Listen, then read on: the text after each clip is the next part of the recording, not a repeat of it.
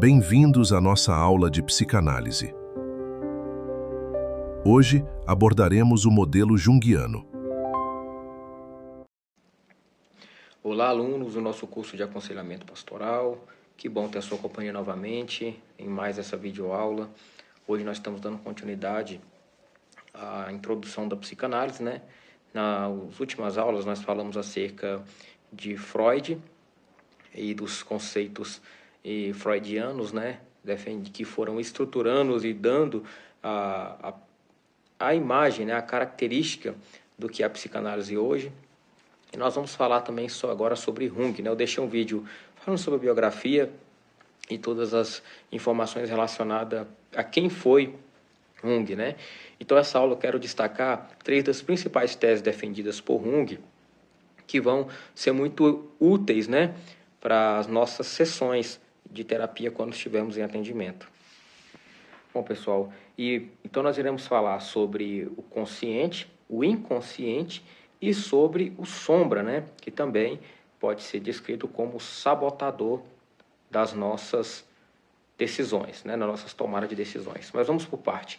O que é o consciente segundo Jung? Segundo Jung, a nossa mente ela tem 2 repartições, o consciente e o inconsciente. Em paralelo com aquilo que Freud falava, que nós temos 3 repartições da nossa mente, movidas pelo id, o ego e o superego. Freud acreditava que nós temos impulsos direcionados às sexualidades. Jung já acreditava que nós temos impulsos movidos por memórias que são desde das memórias conscientes, nós vamos falar logo mais, como memórias que estão no subconsciente ou no inconsciente, certo? Então, eu vou trazer a definição de cada ponto aqui, cada relevância, para entendermos melhor. Vamos começar então falando sobre consciente, né? O que são o consciente? O que é o consciente? O consciente, para nós entendermos, nós temos que voltar a algumas aulas anteriores, onde nós falamos de como funciona o filtro das nossas memórias. Quando estamos dormindo, o nosso cérebro ele faz um filtro de toda a memória que nós acumulamos ao longo do dia.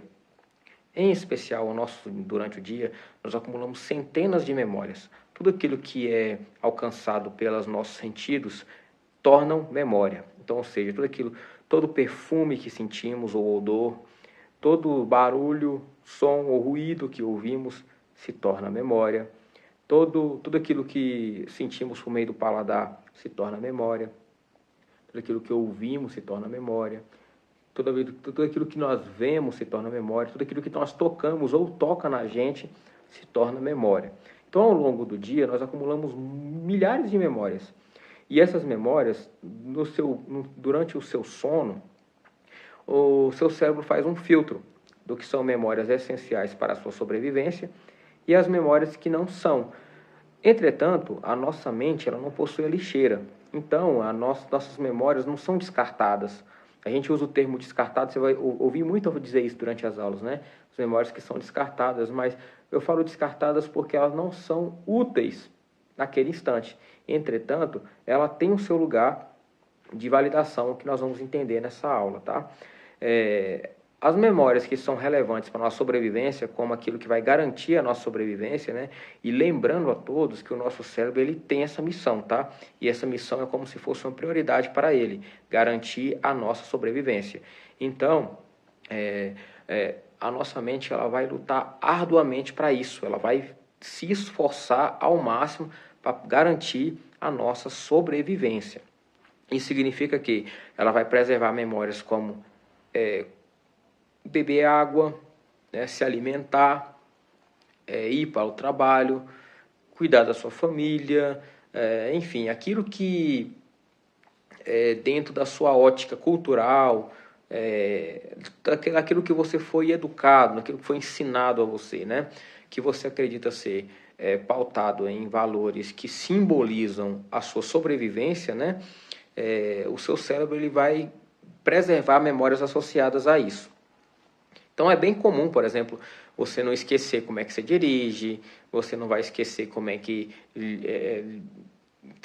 liga um aparelho de eletrodoméstico, enfim, essas informações básicas que são relevantes para a nossa sobrevivência, tá?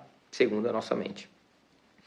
E aquelas informações que não são, como por exemplo, durante o dia eu trupiquei na calçada. Aquilo não tem relevância nenhuma para minha sobrevivência. Então, aquela memória ela vai para o baú das memórias, ou o inconsciente ou o subconsciente, tá?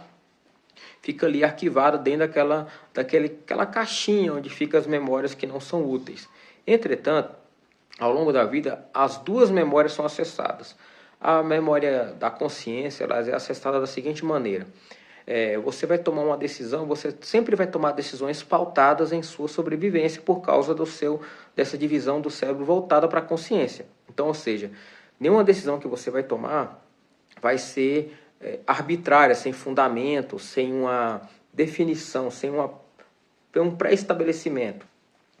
Então você não vai tomar uma decisão de ir no restaurante para almoçar por livre e espontânea vontade. A decisão de você ir para o restaurante para almoçar, ela é pautada pela sua necessidade de se alimentar, tá bom? E assim sucessivamente é válido para todos os aspectos. No inconsciente, essas memórias são acessadas quando elas coincidem com alguma realidade que você está vivendo. Por exemplo, você vai andar e o tempo está nublado. Você sabe que tem um risco de ter uma chuva, mas no seu inconsciente tem memórias que você andou com o tempo nublado e não choveu, e tem memórias que você andou com o tempo nublado e choveu. Então, como que ele vai fazer, como que ele vai lançar essas memórias para influenciar nas suas decisões? Por meio do filtro de emoções. Qual foi a emoção vivida naquele instante onde aquela memória foi conciliada? Onde houve uma conciliação de memórias, né? Onde a sua realidade foi ligada a uma memória que estava no seu inconsciente. Qual que foi o emocional? Se foi algo triste, poxa, choveu, foi muito triste, foi muito... eu senti frio, eu molhei minha roupa, eu atrasei, eu adoeci. Então aquela emoção, aquela sensação, aquele sentimento que ocorreu naquele instante, vai ser aquele sentimento que vai ressaltar em você. Então não vai ser a memória que vai vir à tona, você vai lembrar que em um dado momento da sua vida, você esteve andando com o tempo nublado e choveu. Você não vai lembrar disso. É muito pouco provável você lembrar dela com nitidez. Entretanto, você vai lembrar do sentimento que você teve. Poxa, se eu andar na chuva e se eu me molhar? Aí vai vir aquela lembrança de toda... Não chega nem a ser uma lembrança, chega a ser um sentimento, né? Chega aquele sentimento de angústia, de sofrimento que você teve por causa que ficou molhado, que adoeceu. Entende mais ou menos como é que deu para pegar mais ou menos como é que funciona essa maneira das memórias do inconsciente atuar? Então, o sombra ele atua muito no inconsciente. Ele usa memórias que são memórias estão arquivadas e eles constroem todo um cenário, estrutura toda uma ideia para quando essa memória se acessa à sua mente, ela já vem toda construída. Então, ou seja, numa memória que você teve no passado, que foi para suas memórias do inconsciente, né? Ela não foi relevante para sua sobrevivência no primeiro momento. Digamos que você, sei lá, vamos imaginar, você pegou uma cartela de ovo de qualquer jeito, essa cartela caiu e quebrou todos os ovos, né? Aí, quando você for acessar essa memória no futuro, se for pegar uma cartela de ovo, você sempre vai ter aquele medo. Você não sabe o porquê. Você sempre tem medo de pegar a cartela de ovo e ela cair e quebrar de sua mão. Você não sabe o porquê você tem. Você não lembra se alguma vez ocorreu algo similar na sua vida. Entretanto, você tem um medo que você não sabe explicar. E é sobre esse medo que eu quero introduzir agora esse assunto. Porque o sombra ou sabotador, ele cria memórias, cria lembranças, né, que não são coerentes com a realidade e causam um medo. E o medo é um mecanismo de defesa do nosso cérebro para preservar a nossa sobrevivência. Então o medo ele tem a sua funcionalidade positiva e tem a sua funcionalidade negativa, porque o filtro dele não se baseia em ideias reais, mas sim em especulações.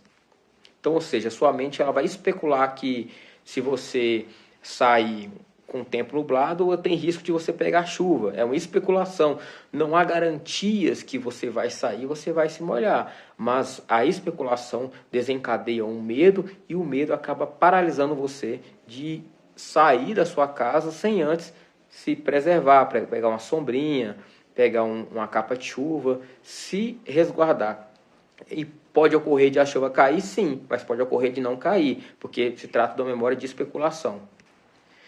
Outro ponto agora importante que eu gostaria de enfatizar, você já teve aquele pressentimento? Quem nunca viveu isso, né? Poxa, eu estou com um pressentimento que isso não vai dar certo. Estou com a sensação de que isso não é bom, isso não é a melhor decisão. Isso, na verdade, é fruto do sombra, fruto do inconsciente ou fruto do sabotador. E como que funciona? Nós não é cabível à nossa natureza prever o futuro, até porque nós estamos restritos ao presente, nós só vivemos o presente. Nós não vivemos passado e não vivemos futuro, nós vivemos apenas o presente. Então as nossas experiências são acumuladas ao longo do presente, do dia, né? Ao longo das horas que nós vivemos, dos minutos que nós vivemos, dos dias, enfim. As nossas experiências são diárias, as novidades que acumulam na nossa vida são do dia a dia, né? Nós acessamos memórias anteriores do nosso passado como experiêncincias para equilibrar nossos pensamentos e tomar decisões por meio da consciência, né? Do consciente, né? Como Jung defendia. Entretanto, as memórias que não são acessadas, elas são utilizadas nesse perfil também, nesse pressentimento, esse mau pressentimento que nós alegamos ter, como se nós tivéssemos alguma premonição ou alguma dedução certiva do que vai acontecer. Isso, na verdade, é o sabotador. E qual que é a base que ele utiliza? É como se fosse um banco de dados que acessasse as memórias que você já viveu, ou alguma experiência que você já ouviu falar, ou presenciou, né? Ele traz à tona, só que como ele não traz de uma forma nítida, tipo assim, você está especulando que você vai conseguir ganhar na loteria porque você viu um sorteio similar há 2 anos atrás. Ele não vai trazer dessa maneira. Ele vai trazer assim, olha, o número 2 é um número bom, mas você não sabe porque você está botando fé no número 2. Mas, na verdade, o número 2 ele saiu no sorteio de 2 anos atrás. Por exemplo, é só um exemplo.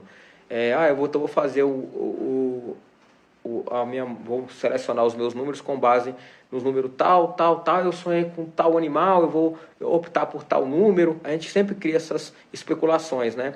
E a gente acredita que está tendo um tipo de premonição, um tipo de previsão do futuro. E, na verdade, a gente está trabalhando com memórias que estão arquivadas no nosso subconsciente, né? Então, não há garantias de que aquilo é certo, que aquilo vai dar em alguma coisa. Na verdade, ainda estamos no campo da imaginação, no campo da especulação, tá bom?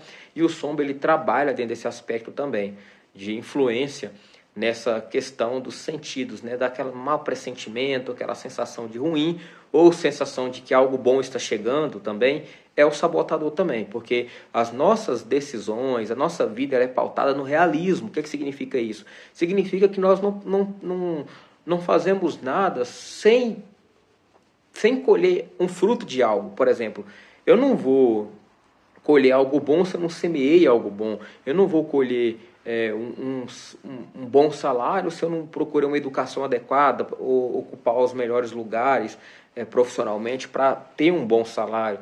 Eu não vou ter uma boa casa se eu não procurei melhorar minha renda para poder ter o suficiente para investir no imóvel melhor, ou no veículo melhor, entendeu? Ou na educação melhor. Então, tudo isso é baseado no realismo. Então, ou seja, quando nós fantasiamos, idealizamos, né, pensamentos que não são coerentes com a realidade, é o sabotador atuando. É o famoso sombra. Outro ponto também que é importante a gente levar em consideração, que o terapeuta, a atuação do terapeuta, é trazer as pessoas para dentro da sociedade de maneira produtiva. Eu já falei sobre isso no nosso tema, a grande engrenagem, né? Então, ou seja, isso é importante a gente trazer essa clareza. Lógico que muitas das vezes o confronto direto, ele levaria muito tempo e muito argumento para ser construído, né? Isso seria cabível dentro de uma aula, igual nós estamos fazendo. Mas em outros aspectos, como por exemplo, você explicar para uma pessoa, usar técnicas de frases de confronto resumidas, aonde você traz para a pessoa esse senso de realidade, de realismo mesmo, a pessoa entender que ela tem chance de ser bem-sucedida se ela entender o seu lugar na sociedade e a sua ocupação, e não deixar que a mídia ou a influência cultural interfiram em suas decisões. Porque quando você tem, por exemplo, uma memória no seu inconsciente de ostentação, e você, de repente, você pega um acerto bom na sua vida, 10 anos depois, você pega um acerto na sua empresa e você pega aí 70 mil reais de acerto. Aquela memória que está lá atrás, ela vai trazer, ela vai te sabotar. Provavelmente ela vai querer interferir na sua decisão. A sensação de que agora você tem condição de viver aquilo. Você não sabe porque você não tem aquela memória nítida na sua mente. Entretanto, ela influencia, te sabotando. E quando você vê, aquele dinheiro foi embora, você não fez investimento nenhum, você não tomou decisão nenhuma pensando no seu futuro e você perdeu mais uma oportunidade na vida. Então percebe o quanto que a terapia é importante e, acima de tudo, o conhecimento adequado do funcionamento da sua mente é fundamental para o seu desenvolvimento. Então fica aí que agora nós vamos falar da ação do sombra, né, do sabotador na saúde humana.